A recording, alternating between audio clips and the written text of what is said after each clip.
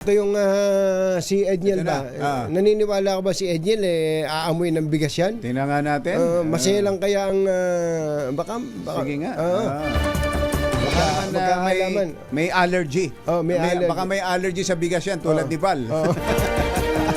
Puntahan nga natin si Edniel sa Pasig. RH52 Edniel Parosa.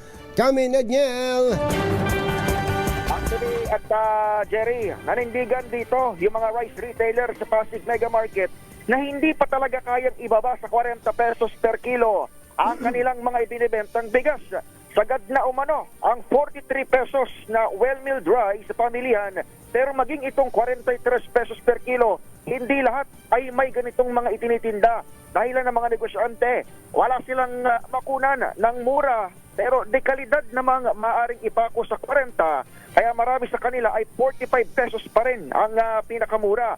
Sa harap din ng pag-arangkada ng Rice for All program ng Department of Agriculture, kung saan ilang mga pamilyan sa NCR ay mabibila na ng 40 pesos na bigas maya-maya lamang, naniniwala ang rice retailers dito na hindi ito makaapekto sa kanila.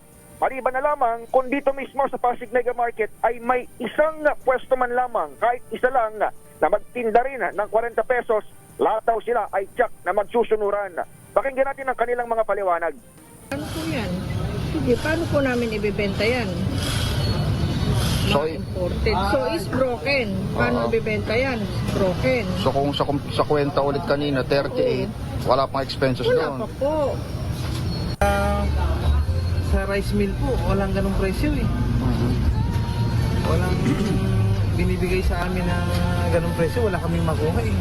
Mga kasamahan din naman namin dito. Kung may 40 na din sila, may chance din na magkaroon din kami ng supply na ganun. Ang tinig ng rice retailers dito sa pinakamalaking pamilyan sa Pasig City. Pero Edniel, sana marinig nila yung sinabi ni Tatay Javier Villena, yung interview ni Val Gonzales. Oo, tawag nito. Kaya nga dito nga sa mga kapanayam natin, Anthony, kung mapapansin mo, kahit sinasabi nung ilan ay wala silang mapagkunan pa ng pwedeng ipako sa 40. Sinabi rin naman nung iba na kung may magbebenta ng 40 pesos, tsak magsusunuran din itong mga ito. Mapipilitan Talagang, ano? Oo, talagang kailangan ng starteran. Kaya lang, siyempre, ang dahilan naman talaga ng 40 pesos diyan sa Quezon City, for example, ay subsidized ng gobyerno yung marami sa mga magbebenta ng 40. Hindi, Pero yung binanggit natin kay Tatay Villena, walang subsidy yun eh. Walang subsidy yun.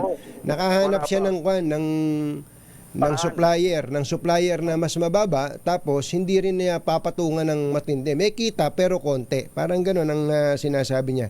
Well, anyway, sana dumami yung 40 pesos na bigas at mas mababa pa, na maganda naman ang quality. Tama, Anthony. Kailangan lang talagang may magsimula para magsunuran nitong mga ito. Dito kasi sa Pasig City, wala dito yung Rice for All program pa ng Department of Agriculture. Kaya siguro matindi pa yung paninindigan ng mga retailer, 43 pa rin, 45, yung kanilang pinakamababang presyo ng bigas. Ayun. Balik sa inyong dalawa. Thank you. Thank you, Ediel. 7:38, alas 7:38 ang ating oras.